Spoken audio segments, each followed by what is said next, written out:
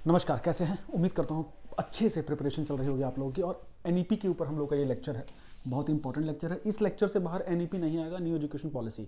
आप उस पर चाहे कितने भी समय लगा सकते हैं, लेकिन जितना कंटेंट इसमें मैं करा दूंगा, एनईपी आपका वहाँ से एकदम कवर्ड हो जाएगा। नई शिक्षा नीति, या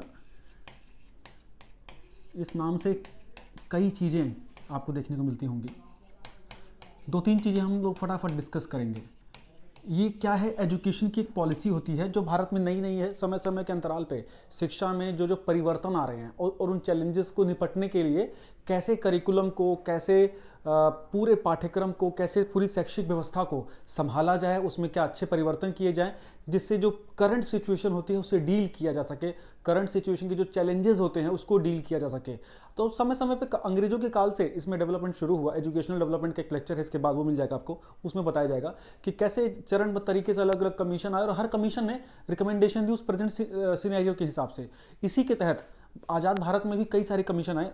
कुछ कमीशन आते हैं जो पर्टिकुलर क्षेत्र के लिए काम करते हैं, जैसे यूनिवर्सिटी कमीशन हो गया या प्राइमरी एजुकेशन के लिए ऊपर हो गया। और कुछ ऐसी बड़ी पॉलिसीज आती हैं जो पूरे हमारे शिक्षा व्यवस्था के ऊपर काम करती हैं, उन्हें शिक्षा नीति के नाम से जाना जाता है। 1966-68 में कोठारी कमीशन एक प्रकार से विस्तृत रूप से पहली एजुकेशन पॉलिसी आई थी, जिसमें हमारा ये 10+2, उसके बाद 3 साल का ग्रेजुएशन, ये वाला कंसेप्ट चला था। फिर जो लेटेस्ट अभी जो चल रही है वो 1986 में आया था, एनपीई जिसको बोलते थे, new policy of education, Rajiv Gandhi ji के काल में। ये भी बहुत कमांडिंग थी, बहुत ही भविष्य को देख के बनाई गई थी। 1986 वाली में तो बहुत सी चीज़ें डेवलप हुई थी। ऑपरेशन ब्लैक बोर्ड वाला कंसेप्ट जो चला, उसके बाद हमारी जो डाइट्स होती हैं, जो प्राइमरी एजुकेशन टीचर्स के लिए जो इंस्टीट्यूशन थे वो यहाँ खुलने शुरू हुए। ये डाइट का निर्माण हुआ, district institute of education elementary training, education training, इन सब का निर्माण हुआ। और वर्तमान समय तक हमारे देश में जो एजुकेशन पॉलिसी है वो 1986 वाली ही रन हो रही है। उसके बाद भारत सरकार ने फिर देखा कि हमें एक नई, एक डेवलप्ड और अपडेटेड शिक्षा नीति की नीड है, तो फटाफट सन 2020 में एक नई शिक्षा नीति निकल के आई। 2020 एक्चुअली था वो, है ना। 22 में इम्प्लीमेंट हो रही है, वो इम्प्लीमेंटेशन की घोषणा हुई। तो आपको अगर ये होगा कि नई शिक्षा नीति पहले कब आई? 2020 में आई, ठीक है। इंप्लीमेंटेशन कब हो रही है? 2022 में हो रही है। ये स्टेट्स के ऊपर छोड़ा गया है कि किस प्रकार से वो लेते हैं, क्योंकि शिक्षा जो है वो समवर्ती सूची का हिस्सा है, कंकरेंट लिस्ट का हिस्सा है ना। कंकरेंट लिस्ट मतलब ये स्टेट का विषय भी है और केंद्र का विषय भी है, ठीक है। अब इसमें देखते हैं कि इसमें क्या क्या विजन है। मैंने आपको ग्रुप में एक पेज का स्क्रीनशॉट दिया था। आपको मेनली जो आपके परीक्षा का क्वेश्चन है वो उसी से मिल जाएगा, 35 पॉइंट से। वो कोई आम पेपर नहीं है, वो गवर्नमेंट ऑफ इंडिया का नोट है जो उसने लोकसभा में पेश किया था कि सलाइंट फीचर क्या है एनईपी 2020 के।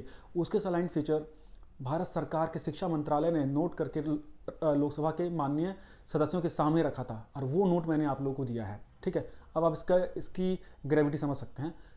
पहली नज़र में क्वेश्चन वहीं से निकल जाएगा। तो पहले मैं आपको वो ब्रशअप करा रहा हूँ कि एक्चुअली इस कमेटी में था क्या क्या। जो भी एजुकेशन पॉलिसी होती है वो क्या होती है? ओवरऑल डेवलपमेंट की बात करती है, होलिस्टिक डेवलपमेंट की बात करती है, जो नए चैलेंजेस है उसके साथ नई टेक्नोलॉजी का यूज़ करके उसकी बात करती है, डेवलप करने की। बच्चे की सबसे मेन सेंटर में क्या होता है? बच्चे की लर्निंग होती है, और टीचर्स की क्वालिटीज़ को कितना मजबूती से ऊपर लेके जाया जाए, ये लक्ष्य होता है, ठीक है। तो उसमें चिंता वाली बात नहीं है। जब कभी इसके एजुकेशन पॉलिसी के लक्ष्यों के ऊपर अगर क्वेश्चन आए तो सीधे all of the above answer होंगे ज़्यादातर के, ठीक है। अब हम शुरू करते हैं कि क्या क्या इसका कंसेप्ट है। अच्छा, इसकी ये जो पॉलिसी थी, इसमें TSR सुब्रमण्यम जो था इस कमेटी के अध्यक्ष बने थे, उनकी ही देखरेख में ये कार्य हुआ था, और ये न्यू एजुकेशन पॉलिसी ने अपना फाइनल ड्राफ्ट दिया था। तो TSR सुब्रमण्यम का नाम भी आप लोगों को याद रखना पड़ेगा। अब चलिए मैं आपको की नोट दिखाता हूँ मैं, और इसके बाद एक पूरी थ्योरी जो उसका कंसेप्ट बेस है वो भी मैं कराऊंगा। पहले मैं सलाइन फीचर बता रहा हूँ फटाफट, आपको इसी में मजा आ जाने वाला है।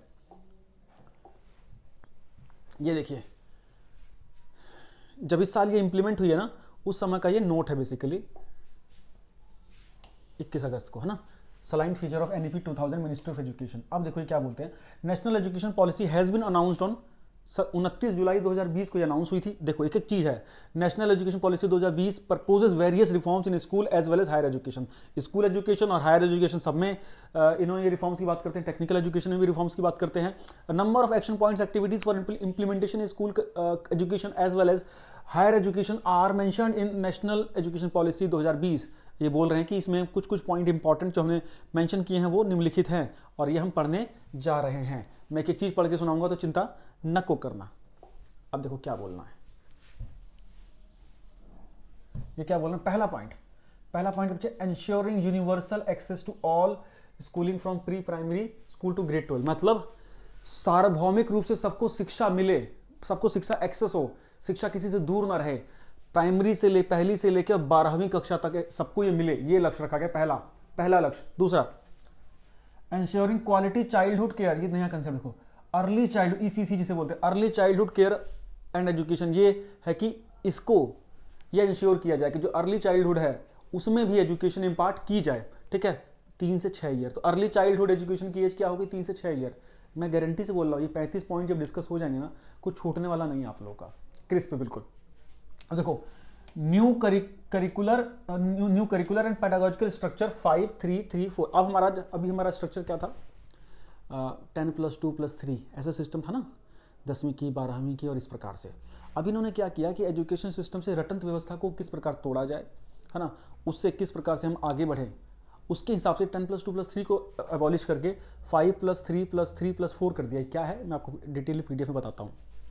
अब देखो, पहली बात तो ये स्ट्रक्चर चेंज हो गया है, 5+3+3+4, ठीक। अब इसमें देखिए, no hard separation between art and science, between curricular and extra curricular activity. मतलब जो हमारे यहाँ था ना, आर्ट साइंस कॉमर्स में बदलाव था, तो उसमें मतलब ये सर्टेन सब्जेक्ट्स होते थे कि भाई आर्ट्स वाले यही सब्जेक्ट पढ़ेंगे, साइंस वाले यही सब्जेक्ट पढ़ेंगे, कॉमर्स वाले यही सब्जेक्ट पढ़ेंगे। अभी वो अबॉलिश हो जाएगा। आप फिजिक्स के साथ संस्कृत पढ़ सकते हैं, है ना, इतिहास के साथ आप केमिस्ट्री ले सकते हैं, मतलब ये इंटरलिंक किया जाएगा। अभी किस तरह इम्प्लांट होगा ये देखने वाली बातें होंगी। तो इसमें बोला गया है मतलब कि कैटेगराइजेशन नहीं किया जाएगा, जिसका जो ऑप्शंस हैं उसको बहुत ज़्यादा यूज़र फ्रेंडली बना दिया जाएगा कि आप जो विषय लेना चाहते हैं उसमें ज़्यादा आज़ादी आपको मिलेगी।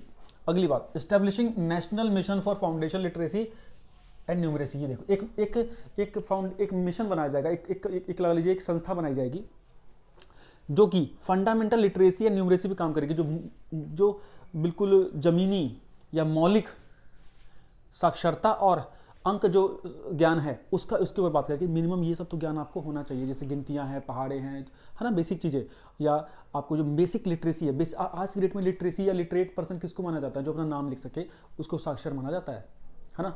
तो एक ऐसा कमीशन बनाया जाएगा जो तो अब देखो, जो सिर्फ साइन कर सकता है, क्या वो साक्षर है? सही मायनों में नहीं है। तो ऐसे ही चैलेंजेस को निपटाने के लिए ये FLN, जिसको आप लोग बहुत खूब इधर भी देख रहे होंगे, FLN, ये क्या है? एक नई फाउंडेशन बनाई जाएगी जो कि लिटरेसी और न्यूमरेसी के ऊपर काम करेगी, जो मिनिमम कि भाई इतना तो आपको ज्ञान न्यूमरेसी और लिटरेसी का होना चाहिए, ये इंश्योर करेगी। अब नेक्स्ट है छठा point, emphasis on promoting मल्टीलिंग्विज्म and Indian languages, the medium of instruction at least grade 5 but preferably till grade 8 and beyond. अब वो क्या बोल रहे हैं कि जो भारत की जो अलग अलग विभिन्न प्रकार की भाषाएं हैं उनको सम्मान देना है। ये बोल रहे हैं कि एटलीस्ट प्राइमरी एजुकेशन जो है वो वहाँ की लोकल लैंग्वेज में हो, मदर टंग में हो, ठीक है। और अगर ज़्यादा अच्छी सिचुएशन हो तो आप 8वीं तक भी एटलीस्ट उसको जो मदर टंग है बच्चे की उसमें कराने की कोशिश करें, है ना। मतलब कोई एक पर्टिकुलर लैंग्वेज हिंदी या इंग्लिश को थोपा ना जाए संपूर्ण क्षेत्र पे, क्योंकि जो बच्चा होता है वो अपनी लैंग्वेज जो बोलता है उसमें सबसे ज़्यादा कंफर्टेबल होता है वो, है ना। तो इसमें इम्पार्ट की जाए उसको जो बेसिक स्टार्टिंग नॉलेज है, स्टार्टिंग एजुकेशन है, और अगर पॉसिबल है तो जितना लंबे समय तक चला सकें उसने चला लो, ठीक है। ये हो गया। तो mother tongue, home language, local language, ये क्राइटेरिया हो गया। नेक्स्ट है असेसमेंट रिफॉर्म्स। बच्चों का मूल्यांकन करने की प्रक्रिया जो है उसमें कुछ रिफॉर्म किया जा रहा है। बोर्ड एग्जाम जो है उनको अब सिर्फ 2 बार देने होंगे पूरे स्कूल ईयर्स में, अप टू 2 ओकेजन्स, ठीक है। 1 main examination and 1 improvement if desired. Board exam को लेकर एक बहुत बड़ा एक टैबू हमारे देश में लगा हुआ था, जिसमें काफ़ी चीज़ें काफ़ी रिड्यूस हुई हैं। जो डर है उसका, जो खतरा है उसका काफ़ी कम हुआ है, बच्चों पे जो साइकोलॉजिकल प्रेशर था वो रिड्यूस हुआ है। स्टिल अभी भी रिफॉर्म करने की जरूरत है। तो उन्होंने बोला है कि जो बोर्ड्स हैं उनको और रिफाइंड किया जाएगा, ठीक हो गया। Next, setting up of new assessment centre. मूल्यांकन के लिए एक नई व्यवस्था, नया सेंटर शुरू किया जा रहा है। इसका नाम क्या है? परख। ये प्लीज नाम ध्यान दीजिएगा, परख, ठीक। परख की फुल फॉर्म क्या है? Performance assessment review and analysis of knowledge for holistic development. बच्चे के ओवरऑल डेवलपमेंट के लिए, मतलब सर्वांगीण विकास के लिए एक ऐसा असेसमेंट टूल, है ना, जिसको परख के नाम से जाना जाएगा। एक ऐसा असेसमेंट, सीधी बात है, आप सिर्फ एक 3 घंटे के पेपर से बच्चे के ओवरऑल पूरे 1 साल के कार्य को जांच नहीं सकते हैं। तो ये परख जो है वो थोड़ा डिटेल्ड वे में या आप लोगों को जो नई एजुकेशन पॉलिसी के तहत असेसमेंट के टूल देगा, मतलब मूल्यांकन के तरीके बताएगा, जिससे बच्चे का ओवरऑल डेवलपमेंट हमको पता लग सके और वो उसको जांचा जा सके। बच्चे ने पूरे साल बहुत जम के मेहनत की है, लास्ट टाइम उसको एक्सीडेंट हो गया, उसके ग्रेड अच्छे नहीं आए, तो उसका पूरे साल का एफर्ट खराब हो गया ना, ऐसी चीज़ें ना हो। इसका वाइसा वर्सा भी हो सकता है। नेक्स्ट 9वां पॉइंट क्या कह रहा है, इक्विटेबल एंड इंक्लूसिव एजुकेशन। देखो ये वर्ड आपको पकड़ने हैं, बराबरी और समावेशी शिक्षा। समावेशी शिक्षा बहुत जरूरी, एसईटी में आता है ना, आपको स्पेशल एजुकेशन में आता है। समावेशी शिक्षा मतलब अलग अलग आईक्यू लेवल के लोग सब एक साथ बैठ के ही एजुकेशन ले, अलग अलग जेंडर के लोग, अलग अलग इकोनॉमिक कंडीशन के लोग, मतलब पूरी इंक्लूसिव एजुकेशन हो, समावेशी शिक्षा हो, किसी को सेग्रेट ना किया जाए, किसी को अलग थलग करके ना उसको शिक्षा ना दी जाए। इससे पहली बात ही हो जाती है बच्चों में कि हम अलग हैं, हम उनसे अलग हैं, इस टाइप की फीलिंग्स डेवलप हो जाती है। जो हमारे देश में जो चिल्ड्रन विद स्पेशल नीड्स के बच्चे हैं, डिसेबल्ड बच्चे हैं, है ना, जिनको हम दिव्यांग बच्चे कहते हैं, उसको वो इंक्लूसिव एजुकेशन का पार्ट है, इसीलिए उनको सामान्य कक्षा में ही पढ़ाया जाता है, सो दैट कि वो कभी भी हीन भावना का शिकार ना हो, और इसको और मजबूत किया जाएगा और ये इंश्योर किया जाएगा कि ऐसी सिचुएशन खराब ना हो। Special emphasis given on socially economically backward disadvantage group, जो पिछड़े लोग हैं, जो डिप्राइव्ड क्लास के लोग हैं, उनको भी बराबर शिक्षा का अधिकार मिल सके इस व्यवस्था से। Next, separate gender inclusion fund and special education zones for disadvantage region and group. अच्छा, बहुत इंपॉर्टेंट है। एक लैंगिक अंतर कम करने के लिए एक फंड डेवलप किया जाएगा, कोष, जेंडर बायस को, लड़का लड़की के बीच में जो गैप होता है स्कूलों में, लड़की को कहीं भेज दिया, लड़की को अच्छी जगह भेज रहे हैं, लड़की की शिक्षा पर ध्यान नहीं हो रहा, लड़कियों का ड्रॉप आउट रेशो ज़्यादा है ना, इन सबको रिड्यूस करने के लिए कोष की स्थापना की जाएगी। साथ में स्पेशल इकोनॉमिक जोन, मतलब विशेष शिक्षा क्षेत्र बनाए जाएंगे जहाँ पे एजुकेशनल इंस्टीट्यूशन होंगे। ये कंसेप्ट निकला है SEZ से। SEZ स्पेशल इकोनॉमिक जोन होते थे ना, जो व्यापारिक क्षेत्र, जहाँ से व्यापार की एक्टिविटी होती थी, तो वैसे क्षेत्र डेवलप किए जाएंगे जहाँ से शिक्षा की एक्टिविटी होंगी। और कहाँ पे डेवलप होंगे, जो सामाजिक रूप से, आर्थिक रूप से या शैक्षिक रूप से पिछड़े इलाके हैं, पिछड़े जिले हैं, वहाँ पे सोचो छत्तीसगढ़ के बस्तर जैसे जिले में कोई पूरे इंस्टीट्यूशन की व्यवस्था स्थापित हो जाए, ऑफकोर्स वहाँ का एनरोलमेंट रेशो बढ़ेगा, वहाँ के बच्चों को मोटिवेशन बनेगा, और वो जो है दिल्ली मुंबई जो महानगर हैं उनके साथ कम्पीट करेंगे शिक्षा में, है ना। अब आपको प्रिपरेशन करनी होती है तो वो दिल्ली लोग आते हैं, इलाहाबाद आते हैं, कोटा जाते हैं, अलग अलग परीक्षाओं की प्रिपरेशन के लिए। ऐसी सिचुएशन ना अराइज हो। Next, robust and transparent process for recruitment of teachers. अब जो टीचर्स हैं उनकी रिक्रूटमेंट को बहुत मजबूत बनाया जाए। कई बार ये होता है कि टीचर्स लास्ट ऑप्शन में चुन के लोग टीचिंग के लिए आते हैं, तो अब इसमें बहुत सजग और वही लोग लिए जाएं जो कि टीचिंग के लिए पैशनेट हैं, बिकॉज टीचिंग एक जॉब नहीं है, एक इमोशन भी होता है। तो इसमें एक ऐसा ट्रांसपेरेंट पहला तो सिस्टम बनाया जाए जिसमें वही डिजर्विंग लोग ही यहाँ तक पहुँचे, और एक मजबूत सिस्टम बनाया जाए जो कोलैप्स ना हो, अच्छे नियम कानून के साथ बनाया जाए, और रिक्रूटमेंट में मेरिट बेस्ड परफॉर्मेंस के साथ इसको इंक्लूड किया जाए।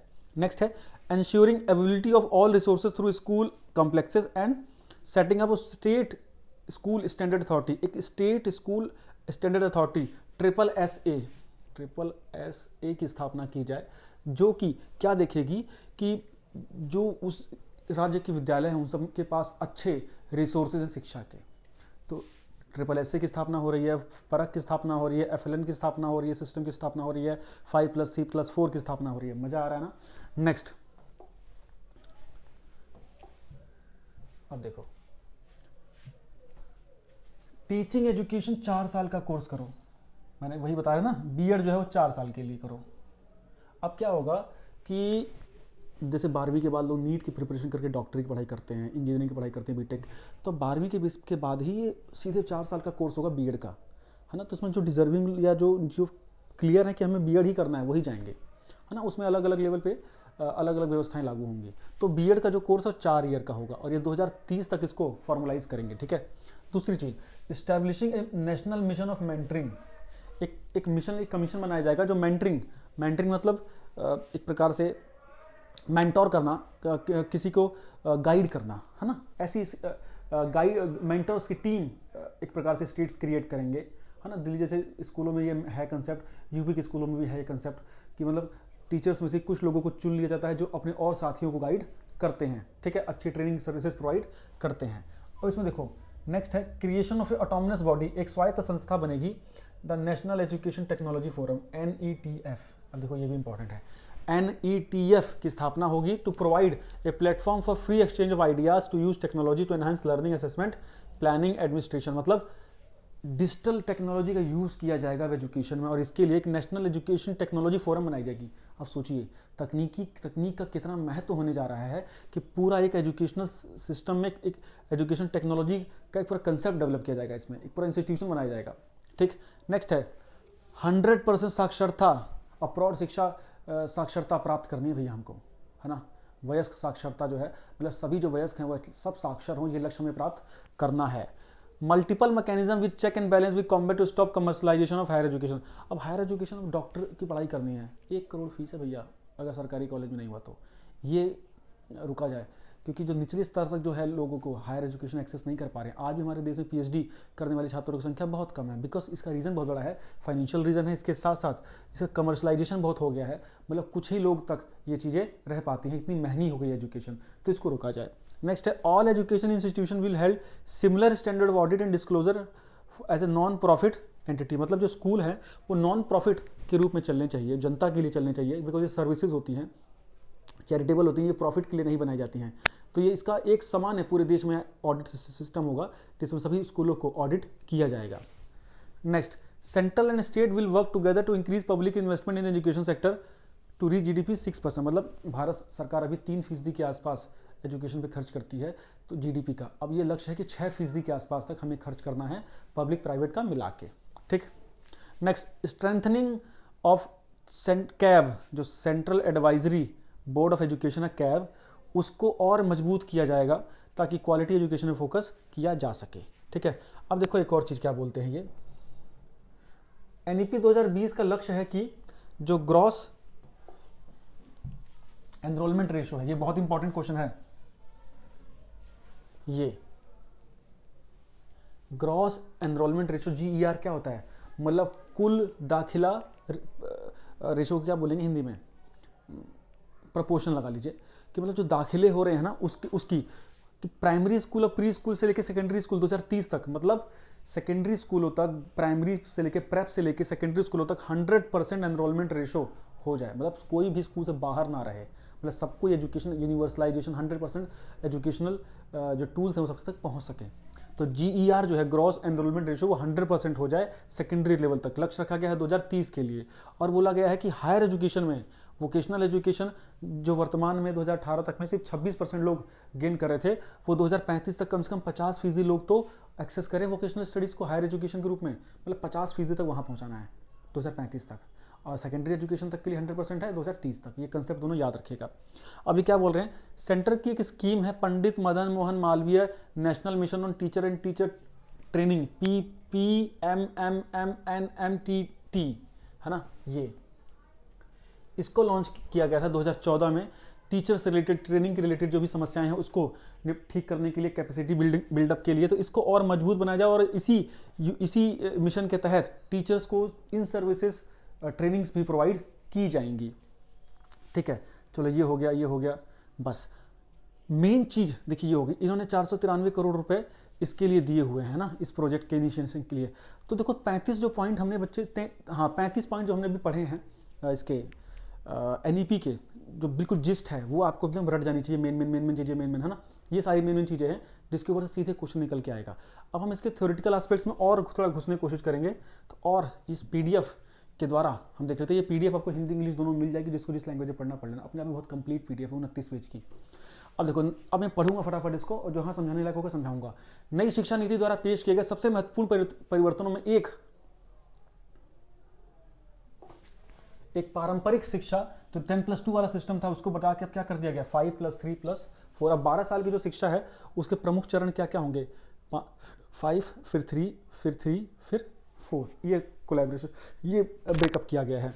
शिक्षा प्रणाली में संक्रमण है। नई शिक्षा प्रणाली का लक्ष्य बुनियादी कौशल, देखो ये एक पॉइंट क्वेश्चन आएगा, बेसिक स्किल्स, है ना, इंपॉर्टेंट जो थॉट्स हैं वो, और जीवन कौशल पर आधारित है, लाइफ स्किल्स, है ना, बेसिक स्किल्स और एप्लीकेशन जो सोच है उसके ऊपर ही हमारा पूरी शिक्षा प्रणाली अब नई वाली आधारित होने जा रही है, ठीक है। इससे हमारी जो शिक्षा पद्धति है वो लचीली और थोड़ी कॉम्प्रिहेंसिव बनेगी। नेक्स्ट, नई शिक्षा नीति का अन्य प्रमुख लक्ष्य है रिसर्च और इनोवेशन को बढ़ावा देना, ठीक है जी। अब देखो इसमें बताया, वही जो बताया मैंने, 2035 तक हायर एजुकेशन को 50% तक लेके जाना है एनरोलमेंट रेशो, ठीक। 2030 तक 100% लेके जाना है सेकेंडरी तक का एनरोलमेंट रेशो प्राइमरी से। नई शिक्षा नीति लचीलेपन, वही कंसेप्ट, बेसिक चीजें हैं, इसको हमें ज़्यादा टाइम वेस्ट नहीं करना है।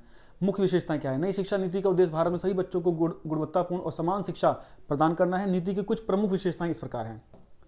3 से 18 वर्ष के सभी बच्चों को एजुकेशन मिले, बता दिया हमने, 3 से 18 वर्ष के सभी बच्चों को सही बच्चों को गुणवत्तापूर्ण और सस्ती शिक्षा प्रदान की जाए, रटने का काम खत्म किया जाए।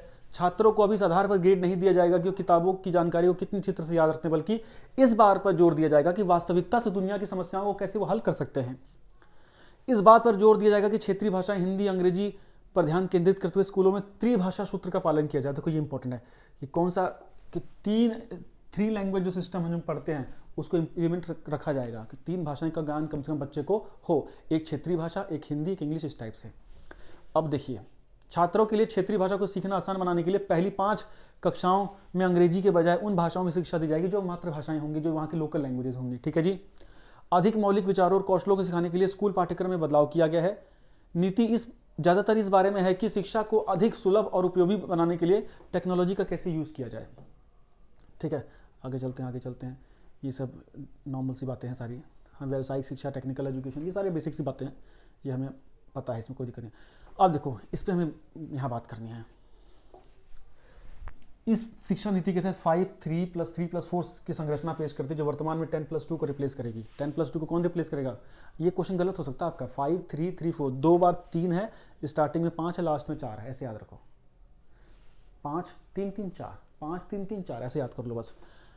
2035 तक बता दिया है कितना 50% तक हायर एजुकेशन में बढ़ाना है एनरोलमेंट रेशो। सरकार ने घोषणा की कि मेडिकल और लॉ कॉलेज को छोड़ के सभी हायर एजुकेशन जो हैं वो एक ही नियम कानून से चलेंगे, मतलब एक मास रेगुलेशन होगी जिसके अंतर्गत सब आएंगे, अपनी डफली अपना राग नहीं होगा। स्कूल बोर्ड की जो परीक्षाएं 10वीं 12वीं कक्षाओं में जारी रहेंगी और अधिक समग्र और विकासात्मक होने के लिए से फिर से डिजाइन किया जाएगा। इसमें थोड़े आमूलचूल परिवर्तन होंगे, निश्चित रूप से होंगे। अब देखो, यहाँ पारख लिखा हुआ है, एक्चुअली परख है ये ना, जो बताया था मैंने। असेसमेंट, नया असेसमेंट टूल है परख, कि कैसे होलिस्टिक डेवलपमेंट के लिए एक नया असेसमेंट टूल डेवलप किया गया परख के नाम से। एक राष्ट्रीय मूल्यांकन मंच होगा, यह छात्रों को सीखने का आकलन करेगा कि उनकी ताकत, कमजोरियां, अंतराल और क्षमता का किस प्रकार से विश्लेषण हो रहा है।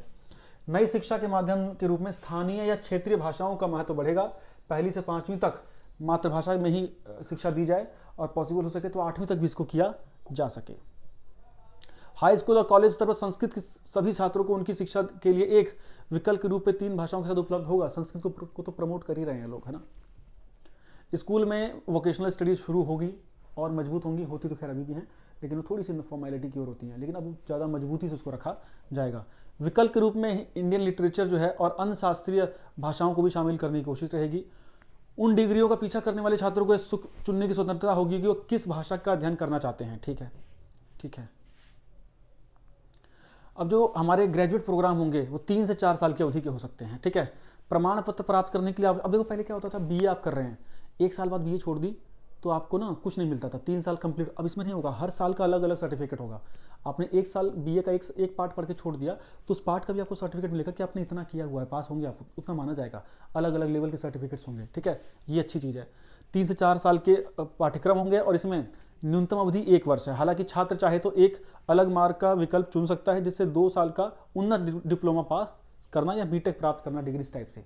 मतलब आप 2 साल तक कर लेंगे तो आपको कुछ एक अलग से डिग्री का डिप्लोमा मिल जाएगा, पूरा कर लेंगे तो डिग्री मिल जाएगी, इस तरीके से। तो मतलब एजुकेशन जितनी लेंगे उसका फायदा आपको रहेगा। हाँ, नई शिक्षा नीति ध्यान केंद्रित करेगी छात्रों पर। ठीक है, चाइल्ड सेंटर्ड होगी, रटन चीज़ नहीं बनानी है। अकादमिक बैंक ऑफ क्रेडिट, ये देखिए, ये इंपॉर्टेंट चीज़ है।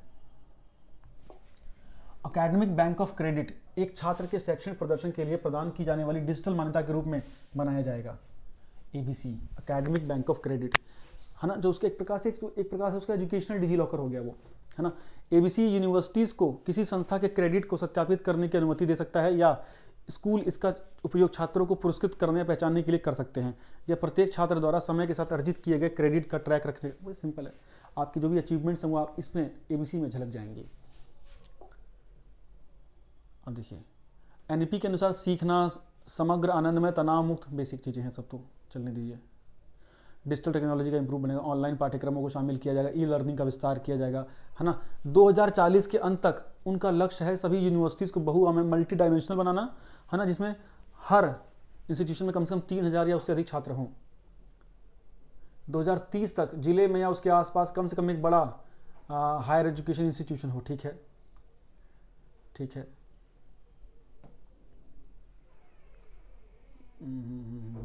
ठीक है।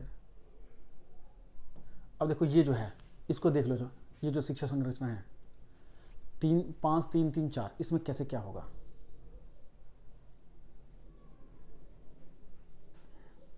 ये रहा आपका 10+2 सिस्टम अब बदल जाएगा 5 3 3 + 4 में। इसमें क्या है?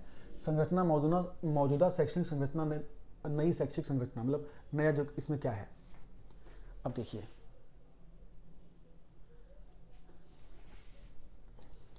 अब 6 से 18 वर्ष, ये इसमें ना मतलब 12 साल की जगह 15 साल का एजुकेशनल सिस्टम हमारा डेवलप हो रहा है।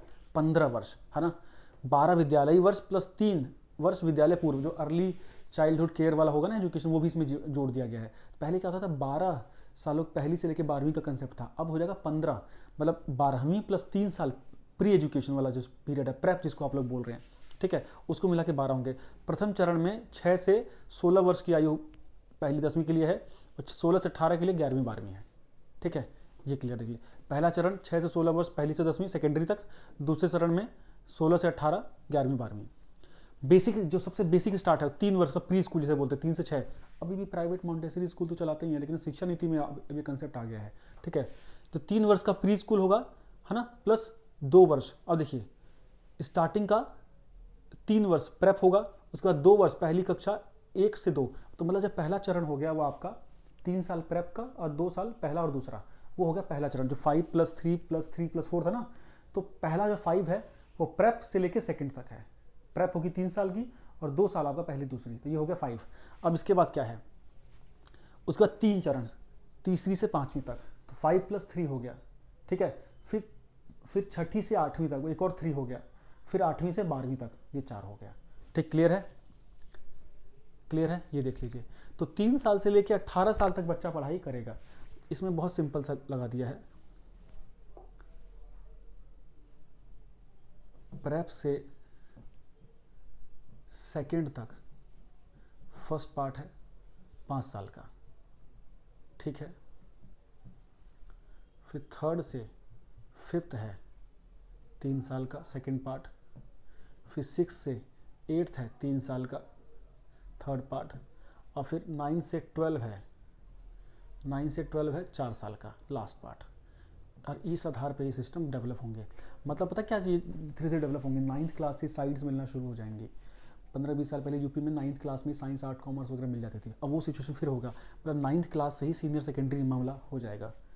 ये स्लैब्स हैं, ये हैं आपके 4 स्लैब, 5 3 3 4। क्लियर है? अब इधर देखिए, इसको कुछ नहीं है, ये फालतू की चीज़ें हैं, ठीक है।